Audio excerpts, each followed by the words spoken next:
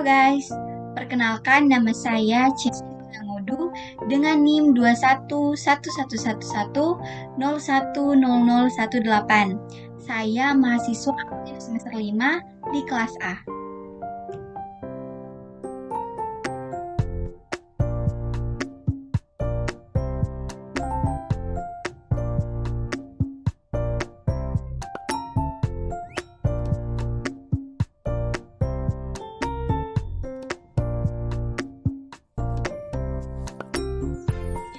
Jadi, pada video kali ini, kita akan membahas mengenai bagaimana sih penerapan dari sistem informasi kesehatan ini, khususnya pada Fasyankes atau fasilitas kesehatan yang ada, baik itu di klinik, rumah sakit, atau puskesmas.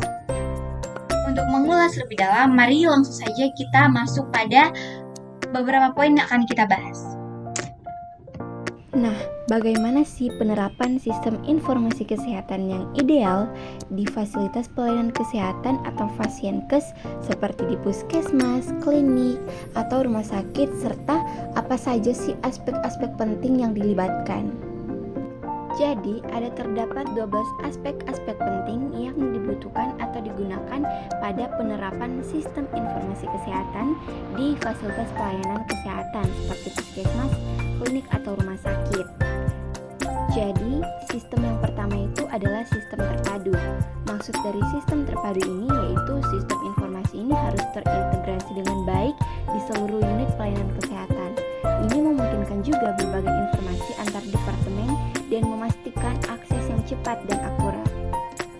Selanjutnya ada rekam medis elektronik atau EMR yang memungkinkan penyimpanan dan akses mudah terhadap riwayat medis pasien. Ini juga memungkinkan pembaruan real time oleh tim medis yang berbeda. Aspek yang ketiga yaitu keamanan data. Penting untuk memastikan keamanan data medis pada pasien, karena sistem ini harus memiliki langkah-langkah keamanan yang ketat dan untuk melindungi informasi sensitif. Nah, selanjutnya ada pelatihan dan pendidikan staf. Staf medis ini memang perlu mendapat pelatihan yang memadai dalam penggunaan sistem informasi kesehatan supaya bisa akrab dan dapat menggunakannya secara efektif. Selanjutnya pemantauan dan evaluasi rutin. Jadi fasilitas kesehatan ini harus melakukan pemantauan dan evaluasi rutin terhadap kinerja sistem informasi. Ini akan membantu mengidentifikasi masalah dan meningkatkan efisiensi. Selanjutnya ada aksesibilitas dan keterjangkauan. Jadi sistem ini harus dirancang agar mudah diakses oleh seluruh staf kesehatan. Antar muka pengguna harus ramah juga dan intuitif. Yang ketujuh ada pengelolaan inventaris dan logistik. Jadi sistem ini harus memungkinkan pengelolaan inventaris obat dan peralatan medis secara efisien untuk memastikan pasokan yang memadai, khususnya juga dalam sistem informasi kesehatan. Yang kedelapan ada pemantauan dan penjadwalan janji. Jadi sistem harus memungkinkan untuk memantau status pasien, mengatur janji, dan memastikan pasien ini mendapat perawatan yang tepat waktu. Yang kesembilan ada integrasi dengan sistem eksternal. Jadi sistem informasi kesehatan harus dapat terintegrasi dengan sistem eksternal seperti lembaga asuransi kesehatan atau institusi medis lainnya. Yang ke-10 terdapat pengelolaan riwayat kesehatan populasi. Jadi sistem harus dapat mengelola dan menganalisis data kesehatan populasi untuk membantu dalam perencanaan strategis dan pengambilan keputusan. Yang ke-11 ada kepatuhan hukum dan regulasi. Jadi penting untuk memastikan bahwa sistem mematuhi semua hukum dan regulasi terkait privasi dan keamanan data kesehatan. Dan yang terakhir ada pembaruan dan penyesuaian terus-menerus. Jadi sistem ini harus dapat diperbarui dan disesuaikan dengan perkembangan teknologi dan kebutuhan kesehatan yang berkembang. Pengelola sistem informasi kesehatan di fasilitas pelayanan kesehatan memiliki tanggung jawab penting dalam mengelola dan memastikan keberhasilan sistem informasi kesehatan di tempat itu. Nah, tanggung jawab mereka meliputi yang pertama ada pengumpulan dan pengelolaan data. Jadi, mereka memastikan data kesehatan yang terkumpul itu akurat, lengkap, dan terorganisir dengan baik. Yang kedua ada keamanan dan privasi data. Jadi, kita harus menjaga kerahasiaan dan keamanan data kesehatan pasien sesuai dengan standar dan regulasi yang berlaku. Yang ketiga ada analisis data.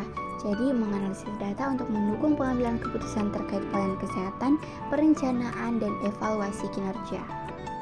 Yang keempat ada pengembangan sistem. Jadi merencanakan, mengembangkan, dan memelihara sistem informasi kesehatan agar sesuai dengan kebutuhan dan perkembangan teknologi. Selanjutnya ada pelatihan dan edukasi, ada integrasi sistem, pemenuhan standar regulasi, pengelolaan risiko, pelaporan dan dokumentasi, inovasi dan perbaikan terus-menerus, koordinasi dengan tim kesehatan, dan yang terakhir penanganan masalah teknis. Nah, kita selaku calon atau lulusan sarjana kesehatan masyarakat ini sangat bisa bekerja pada sistem informasi kesehatan yang ada di puskesmas atau fasyankes lainnya, karena kita seorang sarjana kesehatan masyarakat ini memiliki latar belakang pendidikan yang sesuai untuk menjadi pengelola sistem informasi kesehatan di fasyankes yang tadi. Jadi, karena kita telah mempelajari aspek-aspek kesehatan masyarakat, termasuk manajemen sistem informasi kesehatan, epidemiologi, biostatistik, dan berbagai aspek lain yang relevan dengan pengelolaan data dan informasi kesehatan. Nah, dengan pengetahuan dan keterampilan yang kita miliki tadi, kita bisa memainkan peran penting dalam memastikan sistem informasi kesehatan ini di fasyankes yang ada dapat berfungsi dengan baik. Nah, ini juga termasuk mengolah data kesehatan, menganalisis informasi kesehatan untuk pengambilan keputusan, dan memastikan bahwa kepatuhan terhadap standar dan regulasi yang berlaku. Nah, namun, memang peran spesifik dan persyaratan untuk pengelola sistem informasi kesehatan ini dapat bervariasi. Tergantung juga pada negara dan lembaga tempat kita bekerja, tapi rata-rata kita itu bisa dan mampu beradaptasi di tempat kita bekerja nanti. Sekian video dari saya. Thanks for watching.